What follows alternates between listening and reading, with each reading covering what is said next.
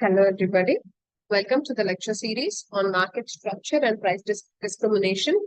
This particular video is a general introduction to market structure, and I'm Shrutika, Assistant Professor at SNSB Spine. Market structure refers to the organizational characteristics and competitive dynamics of a market. So, understanding market structure helps us understand the characteristics of the organizations that are operating in a market and to understand the nature of competition and its dynamics inside the market.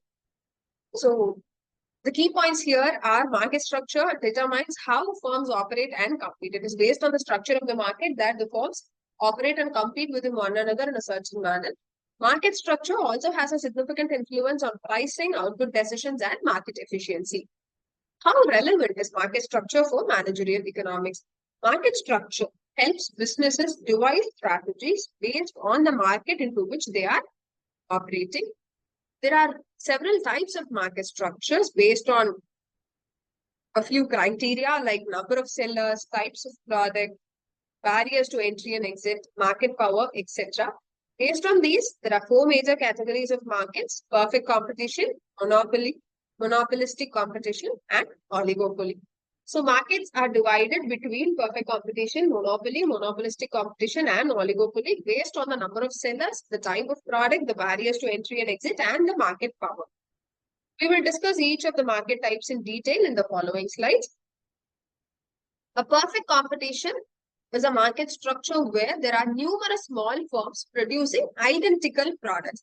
They produce exactly the same product and they sell exactly the same product. For example, the tomato sellers in a farmer's market, the onion sellers in a farmer's market, the grocery shops that are there, etc. So the key characteristics of perfect competition are there are infinite buyers and sellers. So the buyers and sellers are voluminous in number. The products are homogeneous in nature. That is, all the products are same and similar. There's free entry and exit. There are very less barriers to entry and exit in the market. And all the information about the market are openly available for everybody. Both the consumers and the producers know what is the optimum pricing for the particular product. So everything is open and transparent here. One good example for perfect competition is agricultural market. So the basic assumptions here are the behavior is rational at all points and there are no externalities involved in market decision making. The second market structure is monopoly. Monopoly is a market which is dominated by a single seller. So there's only one seller selling one unique product. So it's a single seller unique product market and the barriers to entry are very high. And this particular seller will be the price maker. It is this seller who will fix the price for the product that they're dealing with. Example, utility companies like electricity, railways, etc. So monopoly enjoys cost advantage and the pricing is always about maximizing profits.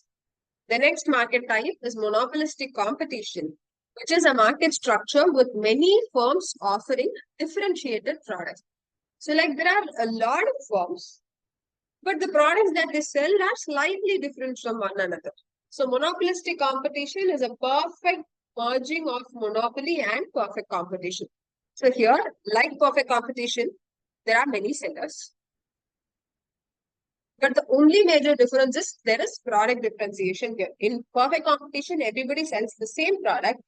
Whereas in monopolistic competition, there is a slight difference in the product that is being sold. So it is that product differentiation which acts as the key element in monopolistic competition. There is some price control that is exerted. The barriers to entry are very minimal as like perfect competition. Examples of monopolistic competition are restaurants, clothing brands, etc.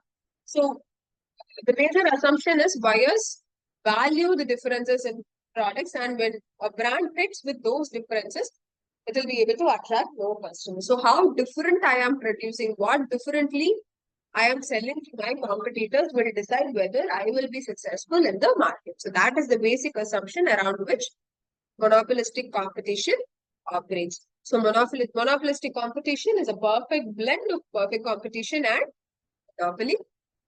The next market structure is oligopoly, which is a market dominated by a few larger firms. So the key characteristics of oligopoly are there are a few sellers, there is a strong interdependence among the firms, There are significant barriers to entry, and oligopolistic markets are generally non-price competitive markets. The few large firms do not compete based on prices, but based on other activities like their promotions, advertising, sustainability, etc. Examples of oligopoly players are automobile industry, smartphone market. So there are a handful of players in these markets. There are a handful of manufacturers in automobile industry, and there are a very handful of smartphone manufacturers. But the size of the market that they operate at is very large. So, what implications does understanding market structure pose for policy and managerial decisions? As far as managerial decisions is concerned, understanding market structure will help us in effectively pricing the commodity. So, deciding on the pricing strategies, deciding on product development, focusing on marketing, everything depends on understanding the market structure into which we are operating. Based on the different market structures, the prices are determined differently. The marketing strategies are played differently. Say, as far as perfect competition is concerned, it does not require any market. On the other hand, when you consider monopolistic competition or oligopoly, it's advertising and marketing that has a significant role to play. As far as monopolistic competition is concerned, there has to be significant product differentiation. So that product differentiation has to be considered right from the product development phase as well. So as far as policy implications are concerned, in monopoly, there is need for antitrust laws. And it's also important that policies are constructed in a way that they ensure trust elements are conserved and they promote healthier competitions.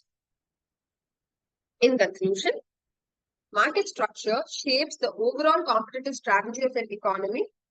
Firms must strongly adapt to all the elements under the specific market structure that they operate in. Analyzing the market structure will help predict the economic outcomes and make informed decisions. I hope this particular video was helpful to you in understanding the fundamentals of the different market structures. In the forthcoming videos, we will discuss each structure in detail with reference to the pricing and competition aspect. Thanks for watching.